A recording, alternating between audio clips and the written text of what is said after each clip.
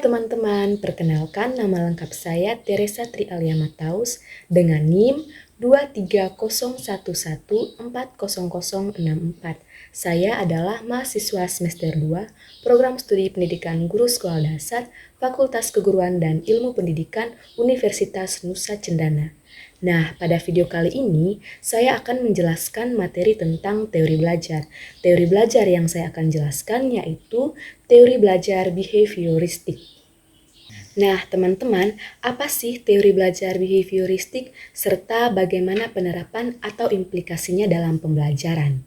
Nah, teman-teman, teori belajar behavioristik dikenal juga dengan teori belajar perilaku. Nah, mengapa demikian? Karena analisis yang dilakukan pada perilaku yang tampak itu dapat diukur, dilukiskan, dan diramalkan. Teori ini memandang individu sebagai makhluk reaktif yang memberi respon terhadap lingkungannya. Behavioristik memandang bahwa belajar merupakan perubahan tingkah laku sebagai akibat dari adanya interaksi antara stimulus dan juga respon, sehingga dapat kita pahami bahwa belajar merupakan bentuk dari suatu perubahan yang dialami oleh peserta didik dalam hal kemampuannya untuk bertingkah laku dengan cara yang baik sebagai hasil interaksi antara stimulus dan juga respon.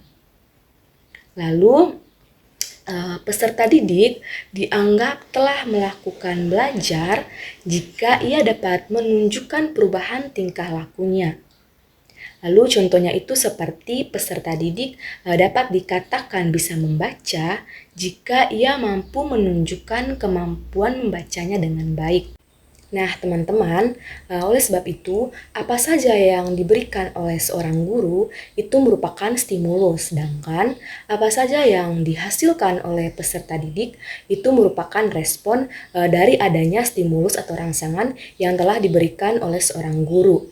Nah, ketika seorang guru memberikan suatu stimulus atau rangsangan yang baik, maka respon yang dihasilkan oleh peserta didik akan baik pula.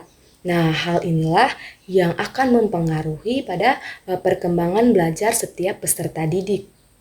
Kemudian kita lihat bagaimana implikasi atau penerapan teori belajar behavioristik dalam pembelajaran. Nah, teman-teman, teori ini hingga sekarang itu masih mendominasi praktik pembelajaran di Indonesia. Hal ini tampak dengan jelas pada penyelenggaraan pembelajaran dari yang paling dini atau tingkat yang paling dini yaitu kelompok bermain, lalu di sekolah dasar, kemudian sekolah menengah, bahkan sampai pada perguruan tinggi pun masih diterapkan. Kemudian implikasi teori behavioristik dalam kegiatan pembelajaran itu tergantung dari beberapa hal, yaitu seperti tujuan pembelajaran, sifat materi pembelajaran, karakteristik peserta didik, serta media dan fasilitas pembelajaran yang tersedia. Kemudian pembelajaran yang dirancang pun dan dilaksanakan pun itu berpijak pada teori behavioristik, memandang bahwa pengetahuan adalah objektif, pasif, tetap, dan tidak berubah.